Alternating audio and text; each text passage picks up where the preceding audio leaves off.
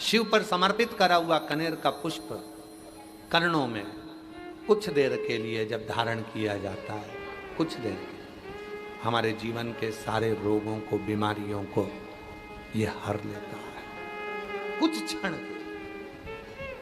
शिव से, शिव का चढ़ा हुआ कनेर पुष्प हमारे रोग को, बीमारी को, तकलीफों को समाप्त कर देता है। पर बहुत देर तक, 2 घंटा 4 घंटा तक नहीं, कुछ क्षण के लिए उसको लगाया जाता है। एक कनेर में वो बल होता है जो शिव पर चढ़ा हुआ कनेर हमारे रोग और बीमारी को भी समाप्त कर देता है। जल 16 रात्रि तक हमारे भीतर, हृदय में, उदर में और बुद्धि में रहता है।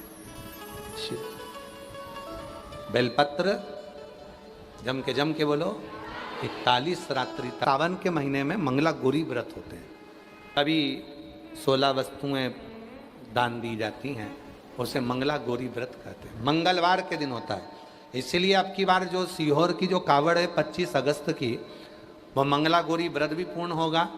प्रदोष भी उसी दिन है, भोमवार मंगलवार भी उसी दिन है, इसीलिए वो उस कावड़ का नाम हमने कामना कावड़ कहा। कामना कावड़ ये कि जिस कामना से हम देव अधिदेव महादेव को प्रदोष की कावड़ का जल माँ सीवन का भरकर कुबेर भंडारी को चढ़ाएंगे, बाबा कुबेर भंडारी हमारी कामना को पूर्ण कर देगा, क्योंकि मंगला गौरी व्रत का विराम भी उसी दिन होता है। मंगलवार का मनुष्य शिव जी पे चढ़ा हुआ जल का आचमन करेगा, धारण करेगा। 16 रात्रि तक भगवान शंकर कहते हैं मैं उसके हृदय में, उदर में और बुद्धि में विराजमान हूं। हम बुद्धि में भी हैं, हम उदर में भी हैं और हम हृदय में भी। 16 रात्रि। बेलपत्री कितने रात्रि तक रहती है अपने शरीर के अंदर? पत्री अगर हम खा लेते हैं, बेलपत्री का अगर आधे से आधा भाग भी हमने मुख में खा लिया तो हमारे शरीर में ऊर्जा देती है 41 रात्रि तक। शिव का चढ़ा हुआ आचमन का जल हमें 16 रात्रि तक बल देता है। 16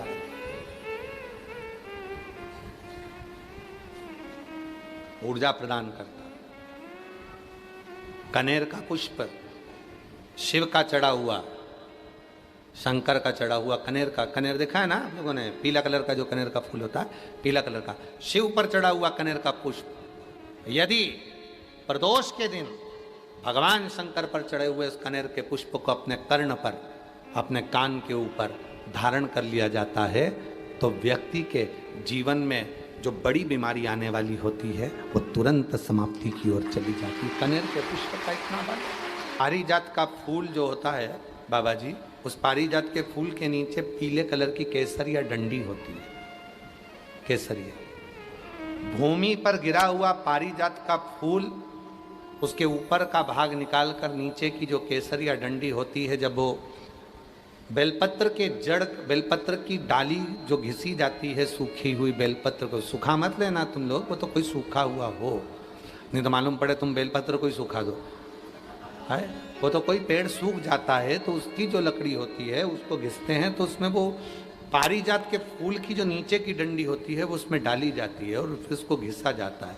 उसको अमृत चंदन कहते हैं बाबा जी।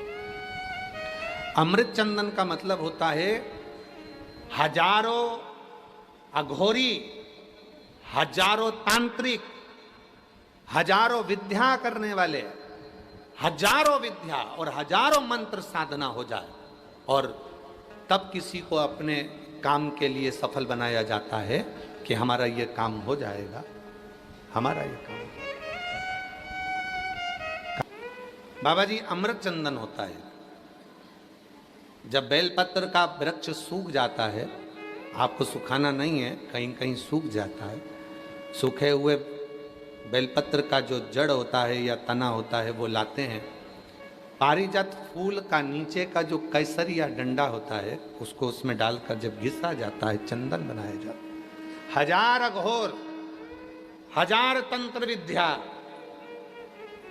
और हजारों हजार कोई विद्या कर ले और तब जाकर कोई सिद्धि प्राप्त करे और उससे किसी को वश में करे, वो चंदन यदि सोमवार की अष्टमी के दिन प्रदोष काल में अगर शिव पर लग जाता है और उसी चंदन को अगर डब्बी में रख लिया जाता है और मस्तक पर 3 जगह पर उसको लगा लिया जाता है, तो आपको कहीं पर भी किसी को आसक्त करने की जरूरत नहीं पड़ती है। आप जिसके पास जाओगे आपका वो काम होकर ही रहता है। उसको अमृत चंदन, हजार तंत्र में, हजार विद्या में, हजार। तो भैया हमारा ये काम है कर दोगे क्या, भैया हमारा ये काम है कर दोगे क्या, और आप पहुंचे और उस चंदन को अपने मस्तक पर लगाकर प्रैक्टिकल करना। सियोर वाला बाबा झूठ तो नहीं बोल के जा रहा है, अगली बार आएंगे तो पकड़ लेना। अगर प्रैक्टिकल जरूर करना कि सियोर वाला बाबा बोल कर गया है, कहीं झूठ तो नहीं बोल गया। और प्रैक्टिकल करना चाहिए, बिना प्रैक्टिकल के तो जीवन का आनंद ही नहीं। प्रैक्टिकल जरूर। शिव तत्व की प्राप्ति, और जो तुम बाबा के दरवाजे पर, बाबा के धाम में जो तुम आनंद के साथ सुन